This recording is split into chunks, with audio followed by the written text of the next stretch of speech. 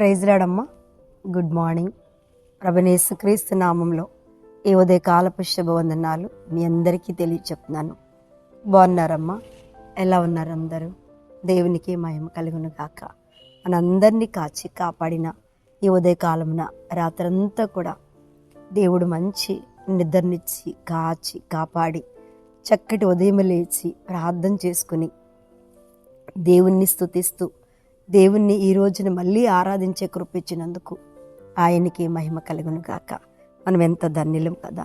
దేవుడు నిజంగా మన ఎడల ఎంత అద్భుతమైన ప్రేమను చూపించే ఆ దేవునికే మహిమ ఘనత. పిల్లలు బాగున్నారమ్మా? ఎగ్జామ్స్ కోసం సిద్ధపడుతున్నారా?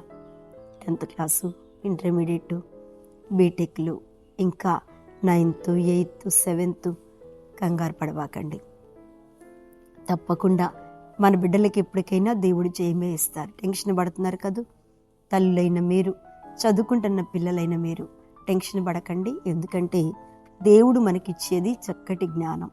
ఆయన్ని అడుక్కోవాలి. సొలొమోను దేవుణ్ణి చూడండి ఏమడుక్కున్నాడంటే చక్కటి జ్ఞానం అడిగాడు. అయ్యా, నేను జ్ఞానం లేనివాడను, నాకు జ్ఞానం చాలా తక్కువ ఉంది ప్రభువా, నాకంటే బాగా చదివేవాళ్ళు ఉన్నారు, నువ్వు అడగాలి. నాకంటే బాగా చదివేవాళ్ళు ఉన్నారు, నాకైతే నీ జ్ఞానం లేదు, దాన్ని ప్రభు నాకు జ్ఞానం ఇమ్మని దేవుణ్ణి అడుగు. తప్పకుండా నీ జ్ఞానం ఇస్తాడు.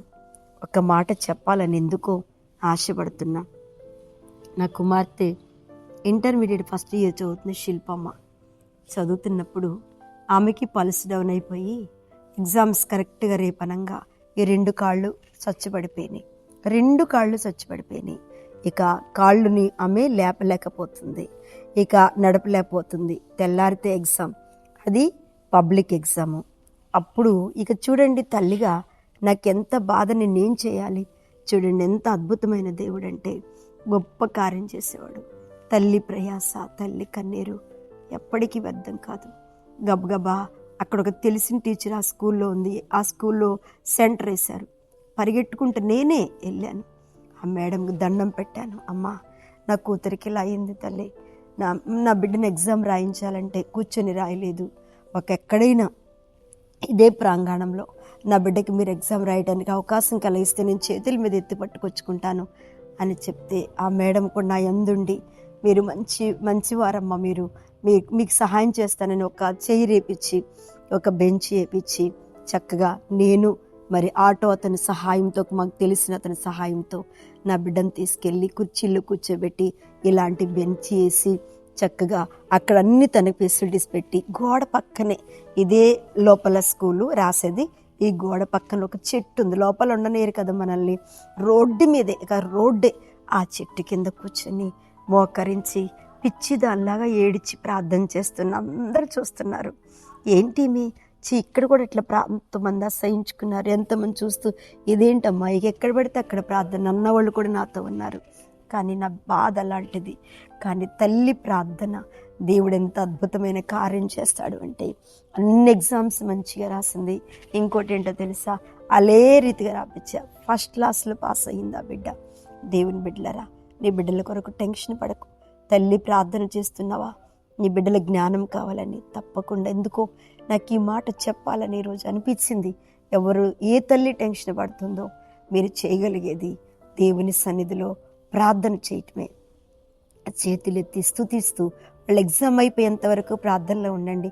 అద్భుతమైన కార్యము దేవుడు మీ జీవితంలో చేస్తాడు. ఈరోజు దేవుని యొక్క వాగ్దానము సామెతల గ్రంథము 4వ అధ్యాయము 5వ వచనాన్ని చదువుతున్నాను. జ్ఞానము సంపాదించుకునుము, బుద్ధి సంపాదించుకునుము, నీ నోటి మాటలను మరువకము, వాటి నుంచి తొలగిపోకము. దేవుడు చక్కటి మాటలు మనతో మాట్లాడుతున్నాడు కదండి. జ్ఞానము సంపాదించుకునుము. స్తోత్రం, హల్లెలూయా. ఏం సంపాదించుకోవాలటండి? ధనము, ధాన్యము, ఆస్తి, ఐశ్వర్యం సంపాదించుకోమని చెప్పట్లేదు. అన్నిటికంటే మించింది ఏంటో తెలుసా? జ్ఞానము. ఆయన అన్నాడు, జ్ఞానము సంపాదించుకో, బుద్ధి సంపాదించుకునుము, నా నోటి మాట మరువకము, వాటి నుండి తొలగిపోకము, జ్ఞానము విడువక యుండినెడల అది నిన్ను కాపాడుతుంది. దేవునికి స్తోత్రం, హల్లెలూయా. జ్ఞానము కావాలి. ఫస్ట్ దేవునికి చదువులోనే జ్ఞానం కాదు, బ్రతుకులో కూడా జ్ఞానం కావాలి. బ్రతకటానికి కూడా జ్ఞానం కావాలి. ఇంటి పని చేసుకోవడానికి కూడా జ్ఞానం కావాలి. ఏదైనా బిజినెస్ చేయాలన్నా జ్ఞానం కావాలి. ఏదైనా ముందుకెళ్ళాలన్నా జ్ఞానం కావాలి. అది సంపాదించుకోవాలి. ఈ రోజుల్లో మనం సంపాదించుకునేది నాకేం సంపాదన ఉందండి, నాకేం సంపాదన లేదు అనొద్దు. జ్ఞానమే కోట్లకు విలువైన సంపాదన. బిడ్డలకి జ్ఞానం ఉండబట్టేగా చదువు కానీ, శ్రద్ధ, జ్ఞానము, ఓపిక, ఓర్పు, పట్టుదల ఇవన్నీ ఉండబట్టే మన పిల్లలు పైకి వస్తారు. మనలో కూడా అంతే. ఎక్కడైనా సరే జ్ఞానం కోసం ఓర్పు ఉండాలి, ఓపిక ఉండాలి, పట్టుదల ఉండాలి, రోషం ఉండాలి. నేను ఇది చెయ్యాలి అంటే చెయ్యాలంతే. అప్పుడే దేవుడు నీకు జ్ఞానమును, బుద్ధి జ్ఞానమును దేవుడు మనకిస్తాడు. అందుకనే సంపాదన ఏంటో తెలుసండి?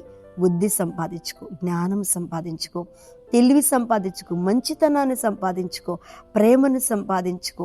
ఇవన్నీ ఆస్తులను నువ్వు ఎప్పుడైతే సంపాదించుకుంటావో తప్పకుండా ఈ వాక్యం వింటున్న దేవుని బిడ్డ, ఈ ఆస్తులన్నీ నువ్వు కలిగి ఉన్నావనుకో, నీవు భూమి మీద బ్రతికినన్ని రోజులు నీ అంత కోటీశ్వర్లు, మనంత కోటీశ్వర్లు ఇంకా ఎవరు ఉండరు. దేవునికి స్తోత్రం. ఒకవేళ వాళ్ళ డబ్బుల్ని బట్టి వాళ్ళ అహంకారాలు ఉండొచ్చు, కానీ మనకైతే మన దేవుని జ్ఞానమే మన ఆశీర్వాదం. మీకే ఇది. కళ్ళు మూసుకోండి. ప్రభువా, ఈరోజు ఎంతమంది చదువుల్లో జ్ఞానం కోసం అడుగుతున్నారో వారందరినీ దీవించండి. కుటుంబంలో జ్ఞానం, స్త్రీగా జ్ఞానం, పురుషునిగా జ్ఞానం, ప్రతి ఒక్క విషయంలో ఈ రోజంతా వారికి తోడుగా ఉండి వారు చేసిన ప్రతి పనిని దీవించి ఆస్వాదించమని, వారికి నా నిత్యము నీ కృప చేత నడిపించి మహిమ పొందుకోమని యేసునామమున అడుగుచున్న తండ్రి, ఆమేన్. ప్రైజ్ లార్డ్ అమ్మా. దేవుడు మిమ్మల్ని దీవించును గాక. ఆమేన్.